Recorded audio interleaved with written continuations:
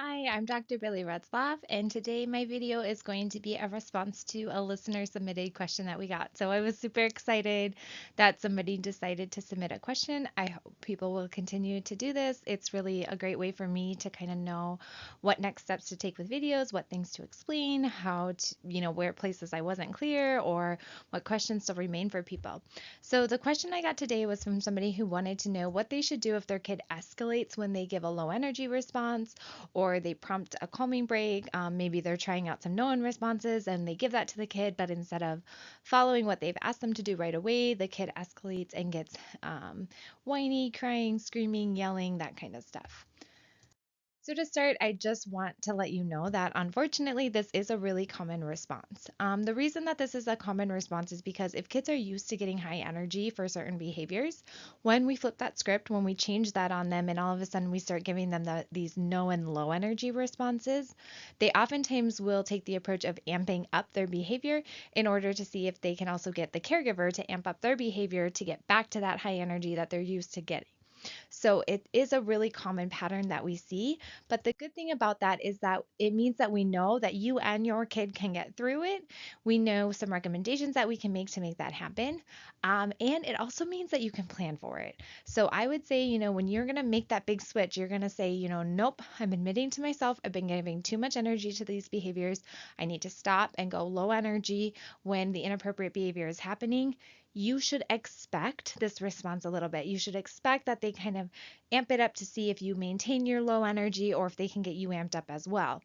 And so that's really good because it means that you can be smart about when you decide to make that switch. Now, there's never a perfect time to do anything in life, especially when you have kids, but just make sure you aren't picking the absolute worst time to try to flip your energy. So, for example, say your partner goes on a work trip for 3 or 4 days, that would probably not be the time I would choose to switch my energy and switch my approach because I'm going to be a lot more stressed out. I'm going to be taking care of all the household duties as well as all the childcare duties at my own job. And so for me, that would be a very bad time to try and throw this at myself and my kids to be switching it. So because we know this is a common response, be a little bit thoughtful and make sure that you make that switch at a time that is going to be, everyone's going to have that time and energy to give to it. And then know that, usually we're looking at something like a week or two of exposing a kid to this new plan consistently before you really start to see their behavior align with what you're trying to do. Okay, so these are the things that I would recommend that this parent keep doing. The first one is I would recommend that they keep practicing. So the caregiver did tell me in their question that their kid is really good at using their calming responses when they're already calm, so that they will practice those responses when they're calm and they're able to do it. But it's in the moment when the kid is upset that they're refusing or escalating in response to those prompts. So the first thing I would say is keep on practicing. Do your best to make that practice look as realistic or as much like the situation as you possibly can. So I know people don't usually like to do role play. It feels kind of awkward and silly, but it's actually really helpful for kids if you can have them practice in a way that looks and feels the most similar to what it's going to be like when you want them to use it in the moment.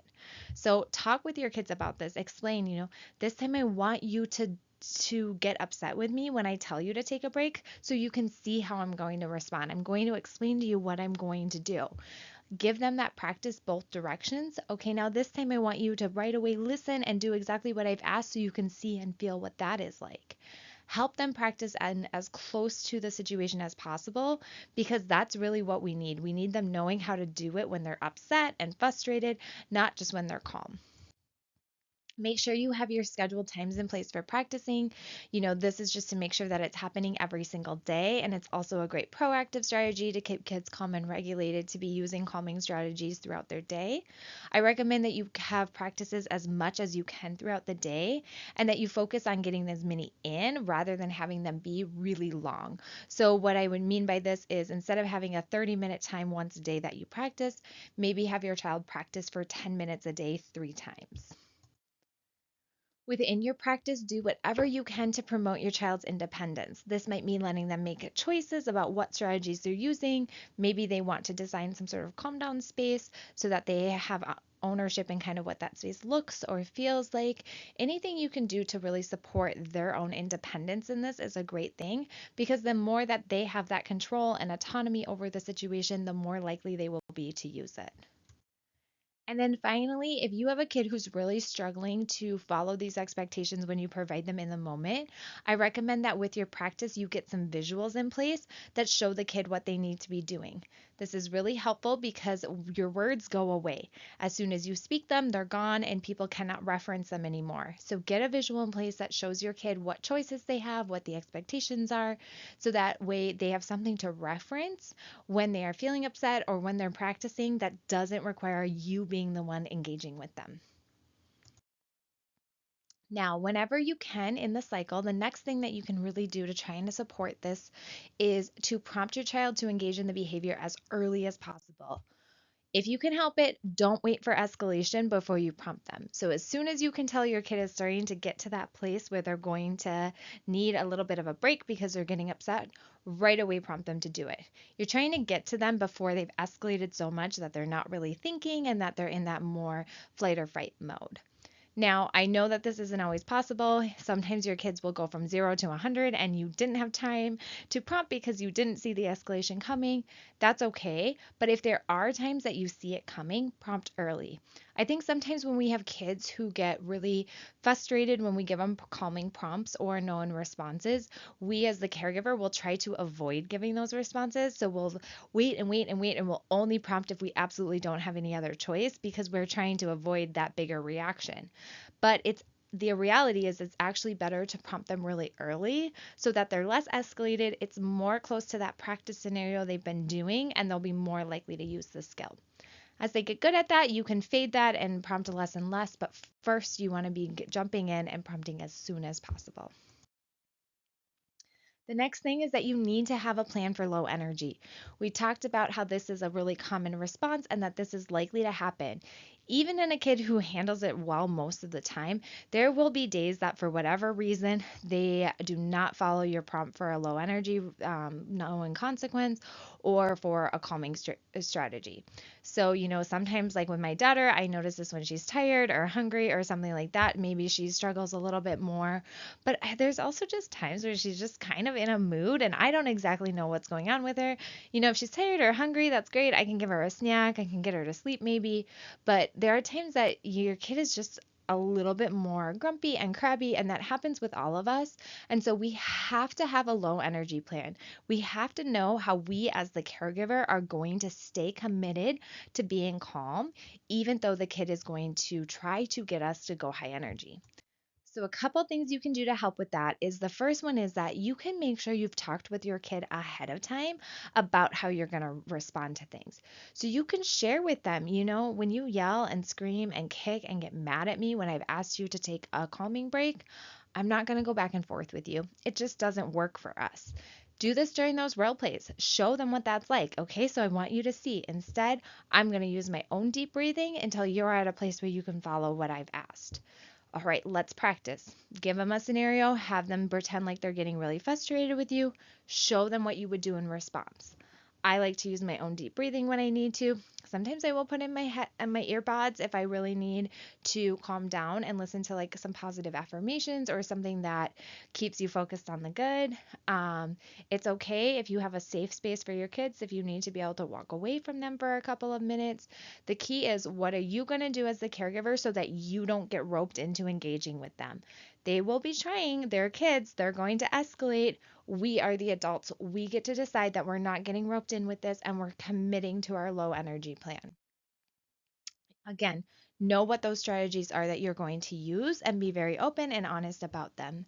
If you do not have your own good strategies for staying calm in the moment, I really encourage you to take a lot of time to work on that before you even try to shift things drastically with your kids.